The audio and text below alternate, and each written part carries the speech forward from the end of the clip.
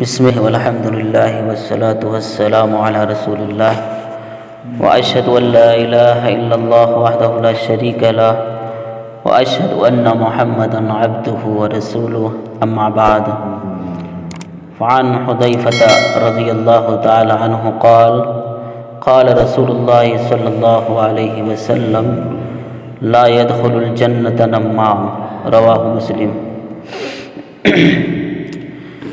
سیدنا حذیفہ رضی اللہ تعالیٰ عنہ سے روایت ہے کہ اللہ کے رسول صلی اللہ علیہ وسلم نے ارشاد فرمایا کہ چغل خور جنت میں نہیں جائے گا۔ چغلی کسے کہتے ہیں؟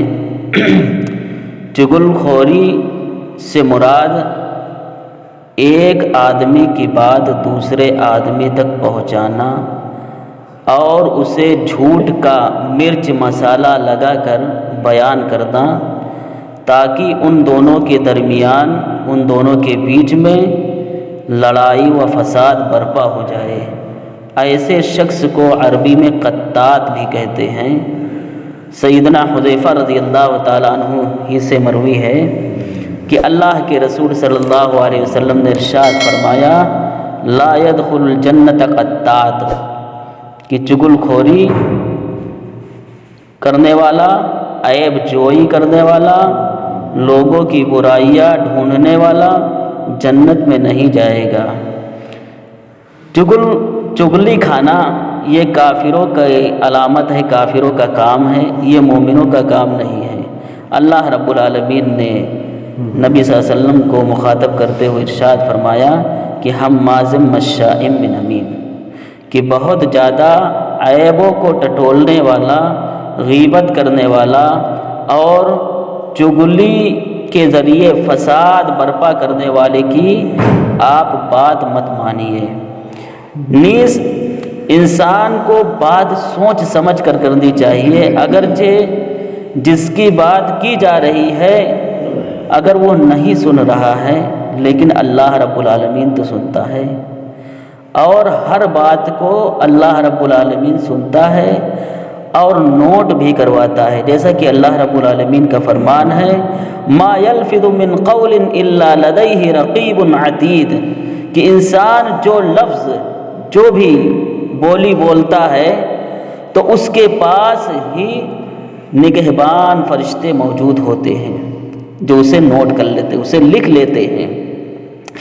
سیدنا عبداللہ بن مسعود رضی اللہ تعالیٰ عنہ سے روایت ہے کہ نبی کریم صلی اللہ علیہ وسلم نے ارشاد فرمایا الا انبئکم ما العظا ہی النمیمہ القالۃ بین الناس، کیا میں تمہیں عزا کے بارے میں نہ بتلاؤں؟ وہ کیا چیز ہے؟ وہ چغلی ہے، یعنی لوگوں میں کسی کی بات بیان کرنا۔ سیدنا عبداللہ بن عباس رضی اللہ تعالیٰ عنہ سے مروی ہے کہ اللہ کے رسول صلی اللہ علیہ وسلم تو قبروں کے پاس سے گزرے تو آپ صلی اللہ علیہ وسلم نے ارشاد فرمایا انہما یعذبان وما یعذبان فی کبیر بلا انہ کبیر اما احدہما فکان یمشی بالنمیمہ واما الاخر فکان لا یستتر من بولہ، کہ ان دونوں کو عذاب ہو رہا ہے، ان دونوں قبر والوں کو عذاب ہو رہا ہے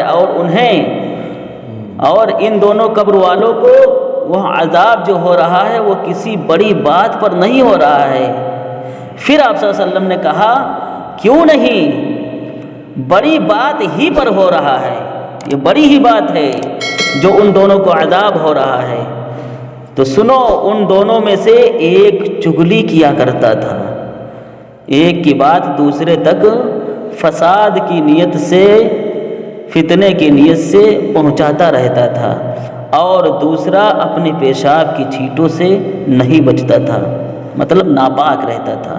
تو اس لیے ہمیں چاہیے کہ ہمیں ہر طرح کے گناہ سے بچنا چاہیے، خاص طور سے چغلی اور پیشاب کی چھینٹوں سے بچنا چاہیے، ناپاک نہیں رہنا چاہیے۔ اب دیکھیے چغلی کا گناہ کتنا بڑا ہے کہ قبر کے اندر عذاب دیا جائے گا۔ اسی طرح چغلی جو کرتا ہے وہ جنت میں داخل نہیں ہوگا، جنت میں نہیں جائے گا۔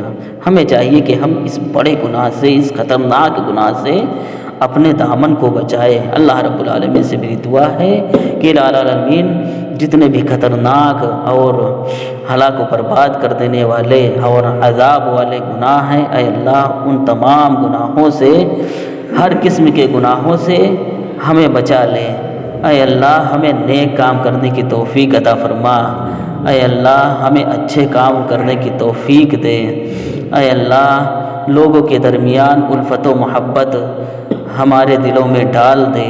اے اللہ لوگوں کے دلوں کے درمیان ہمارے متعلق الفت و محبت ڈال دے۔